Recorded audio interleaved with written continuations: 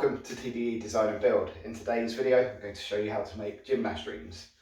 Let's get to it.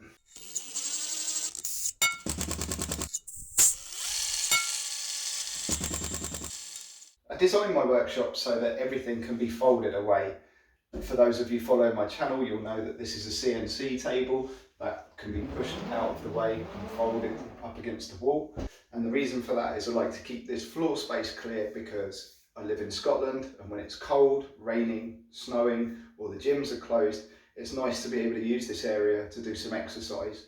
And one of the things I designed and built to facilitate that is this suspension training platform. Now you can use this for doing chin-ups, hanging off the bar,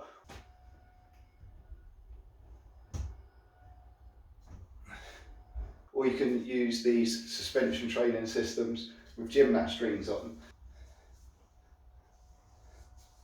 These are detachable, so you just press this button and take them off so they're out of the way. You can use the door.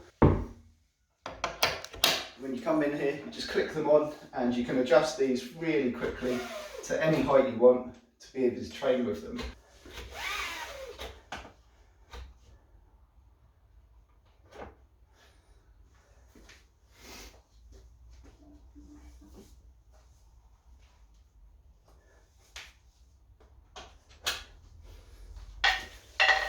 Now, if you want to know how to make this or the suspension trainers, then like and subscribe, and in a couple of weeks I will be doing a video showing you how to design and make these. You don't just have to make them out of metal, you can make them out of ply and other systems, and just bolt it above the door, and then you've got a place to train that's out of the way. This video is about making gymnast rings, so I'm now going to show you how to make these. So let's get to it.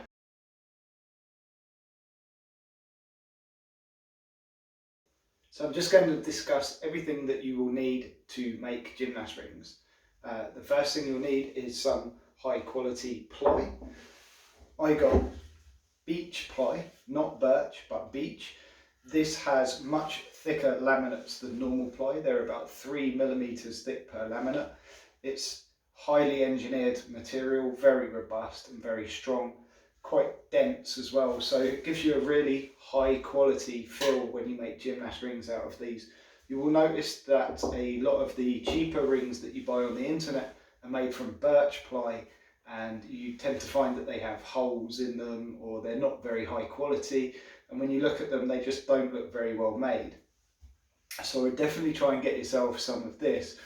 I've used 32mm material because I quite like to have a slightly thicker ring, but after this I will go into the sizings and the reasons why you pick certain size materials. But it is possible, if you can't get hold of 32mm beech ply, you can laminate two smaller pieces of either 14, 15 or even 18mm birch ply together.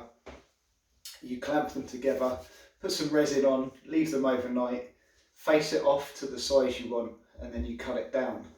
The other thing you're going to need is a trimmer.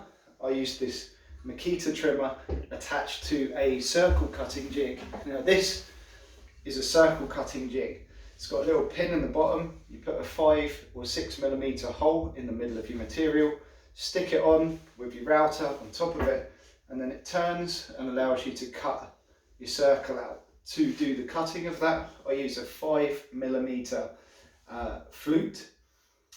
This is made by a really good company called Rennie in the north of England. They make really high quality bits, and they actually machine their own bits. To cut the actual edging off on the ring, you're going to need an overload cutter. Again, depending on which size of ring you're going for. So if you're going for a 28mm ring, you will need a 14mm radius overload cutter. If you're going for a 32mm ring size, if you like to have that chunkier feel, then you will need a larger 16mm overload cutter. Just to show you the difference in the sizes, this is a 28mm ring. Let me just pull this over here a bit. Okay, this is a 28mm ring. You can see it's a lot thinner and smaller. That's a 32. So I believe that the professionals use 28, but I quite like to have something a lot more significant. So it's up to you, you can pick the size that you want. Lastly, you're going to need a router table with something like this in it, or if you've got a pro router table, that's brilliant. And that's basically it. You will see how I put this lot together in a moment.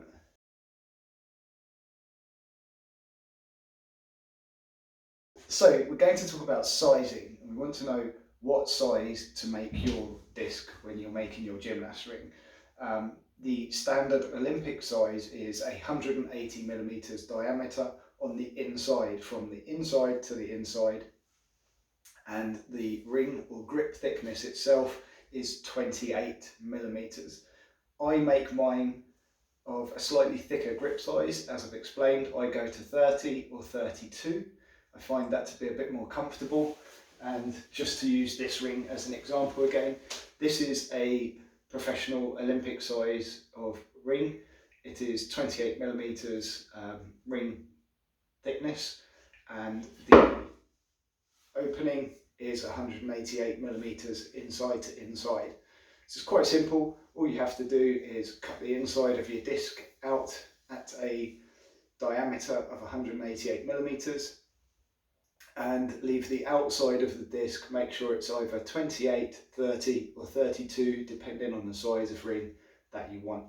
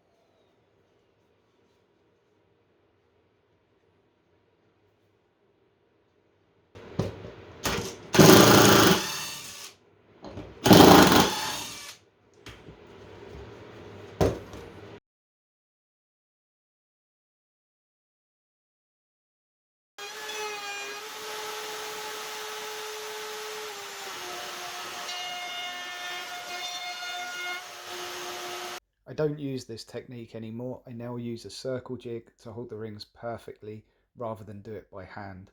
So by using a circle jig, it gives it a smoother finish. You have to do less sanding, less finishing, and it doesn't leave as many burn marks.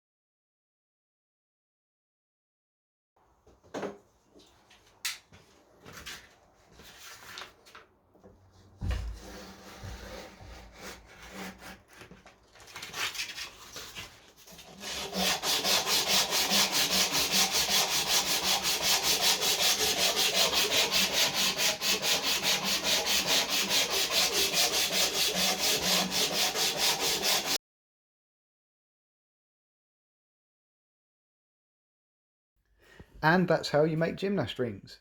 Thanks for watching, and remember to see more and learn how to make the chin-up bar and other inventions, subscribe to stay updated. See you in the next video.